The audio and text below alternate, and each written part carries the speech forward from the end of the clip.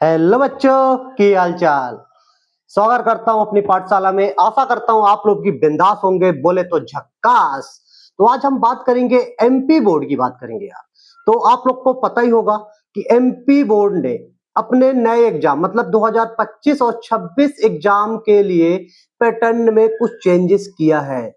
और चेंजेस क्या किया भैया, आप लोग को हवा तो लगी गई होगी, नहीं लगी तो मैं बता रहा हूं कि भैया जो इस बार का जो एग्जाम पैटर्न बनने वाला है एमपी बोर्ड का, रट्टा पद्धति पे कतई नहीं बनेगा। अभी तक आपने देखा होगा एमपी बोर्ड का जो एग्जाम पैटर्न होता था, सभी बोर्ड से, बिहार बोर्ड, यूपी बोर्ड या आरएस बोर्ड या सीजी बोर्ड से भी घटिया पैटर्न का होता था। घटिया पैटर्न बोले तो रट्टा पद्धति पे होता था। मतलब जैसे फिजिक्स के एग्जांपल दे रहा हूं, वहां पे ऑब्जेक्टिव में सीधे स्ट्रेट फॉरवर्ड क्वेश्चन पूछा जाता था, जैसे भैया आवेश का मात्रक क्या है। लेकिन इस बार भैया आपको आवेश का मात्रक नहीं पूछा जाएगा, आवेश के क्वांटिमीकरण से सवाल पूछे जाएंगे।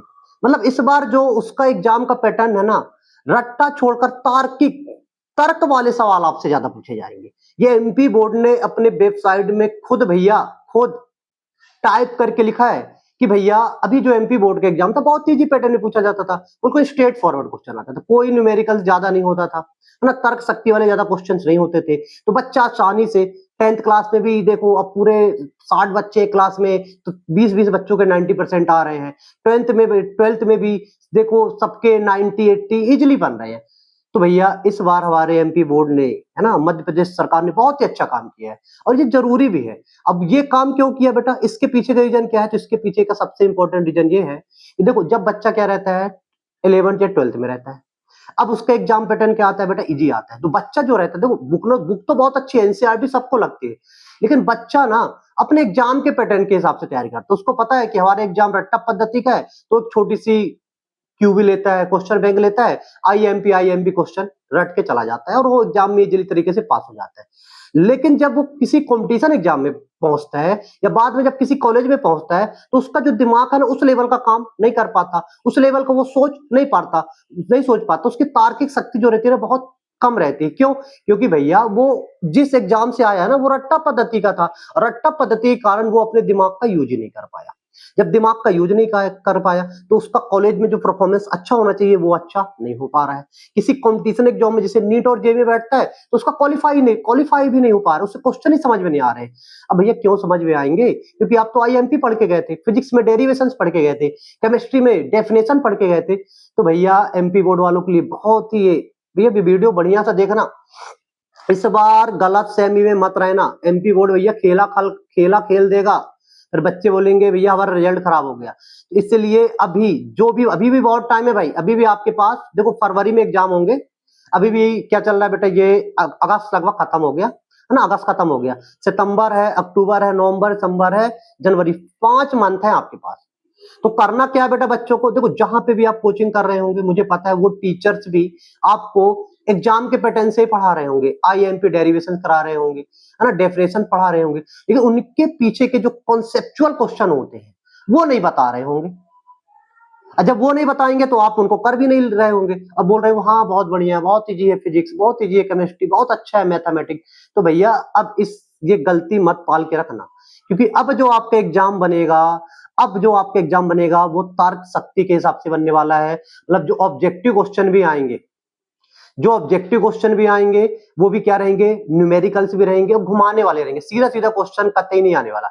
इसलिए आपको अब करना क्या है, सबसे पहले तो अपना, जैसे एग्जांपल फिजिक्स का ले रहा हूं, जैसे आपने बेटा कोई भी टॉपिक उठा लो, उसकी थ्योरी पढ़ना है, उसके बाद उसके की पॉइंट्स पढ़ना है बेटा, मतलब मात्रक क्या है, विमीय सूत्र क्या है, और उससे अगर कोई फार्मूला है या कोई डेरिवेशन है तो उससे कितने रिलेटेड मतलब न्यूमेरिकल्स बन सकते हैं। तो एनसीईआरटी में जब आपको पढ़ना है तो एनसीईआरटी के 20 की एक्सरसाइज पढ़ना है, जो बीच बीच में एक्सरसाइज दी रहती है उनको आपको बढ़िया तरीके से पढ़ना है, और हो सके तो एनसीईआरटी के लास्ट में जो एक्सरसाइज है बेटा उनको करके ही जाना। अगर आप ये सब नहीं करके जाओगे तो आपका एग्जाम बिगड़ जाएगा। और आपने अभी एमपी बोर्ड ने एक और प्रश्न पत्र जारी किया बेटा, आप उसका प्रश्न पत्र चेक कर सकते हैं। जो भी क्वेश्चन था आप सीधा सीधा नहीं आने वाला, घुमा के आएगा। जब क्वेश्चन घुमा के आएगा तो बच्चे से नहीं बनेगा, फिर बोलेगा भैया मेरा पेपर खराब हो गया। जो मिडिल मतलब जो बीच वाला स्टूडेंट होगा बेटा, जो एवरेज स्टूडेंट होगा, वो उसकी ना फेल होने तक की नौबत आ जाएगी। तो इसलिए आप कहीं पे भी आप कोचिंग पढ़ रहे हो या स्कूल में पढ़ रहे हो, जो आपके टीचर्स पढ़ा रहे हैं ठीक है उनका पढ़ो, कोई दिक्कत नहीं है। लेकिन बेटा ये आपको इसलिए मैं बता रहा हूं क्योंकि इस बार पेपर सभी का बेटा, चाहे फिजिक्स हो, चाहे केमिस्ट्री हो, चाहे बायो, चाहे मैथ्स हो, पेपर टफ आने वाला है, इसको दिमाग में सेट कर लो। ठीक है, तो अब इसका जुगाड़ सेट करने के लिए बेटा मैं एक ना एक मतलब एक बुक सी लिख रहा हूं बेटा, एक छोटी सी बुक लिखूंगा।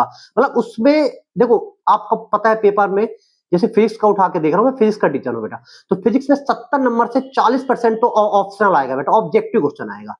तो अगर आप ऑब्जेक्टिव क्वेश्चन 40% कर लो, मतलब 40 नंबर अगर ऑब्जेक्टिव पा ले रहे हो, और 10-20 नंबर और कैसे भी करके यहां से पालोगे, तो आपके इतने नंबर हो गए, 60 नंबर हो गए ना 70 में। तो इसलिए मैं बेटा एक बुक लिखने वाला हूं, है ना। उस बुक में पूरा क्या ऑब्जेक्टिव कवर करूंगा, 1 नंबर 2 नंबर का, और भी ऐसे सीधे सीधे क्वेश्चन नहीं बेटा, straight forward conceptual question cover करूंगा। तो बेटा 1-2 मंथ में मेरी बुक कंप्लीट हो जाएगी, है ना। तो बेटा लेकिन अपनी पढ़ाई जारी करो यार, है ना, पढ़ाई कॉन्सेप्चुअली पढ़ना है। हो सकेगा तो मैं इसी चैनल पे कुछ मतलब फिजिक्स के कुछ लेक्चर अपलोड करता रहूंगा और मुझे टाइम मिलेगा। तो यार ये अपने दोस्तों के वीडियो जरूर पहुंचाएं। तो भैया पढ़ाई जो करना है आपको कॉन्सेप्चुअली करना है ना। मतलब रट्टा पद्धति पे बिल्कुल नहीं करना है, रट्टा करोगे तो रटते रह जाओगे, बाद में हो जाओगे भैया बर्बाद। फिर मत कहना कि एमपी बोर्ड का पेपर अचानक से टफ कैसे आ गया। तो भैया अब आपको टफ आना ही पड़ेगा और टफ सीखना ही पड़ेगा, रटने से काम नहीं चलेगा।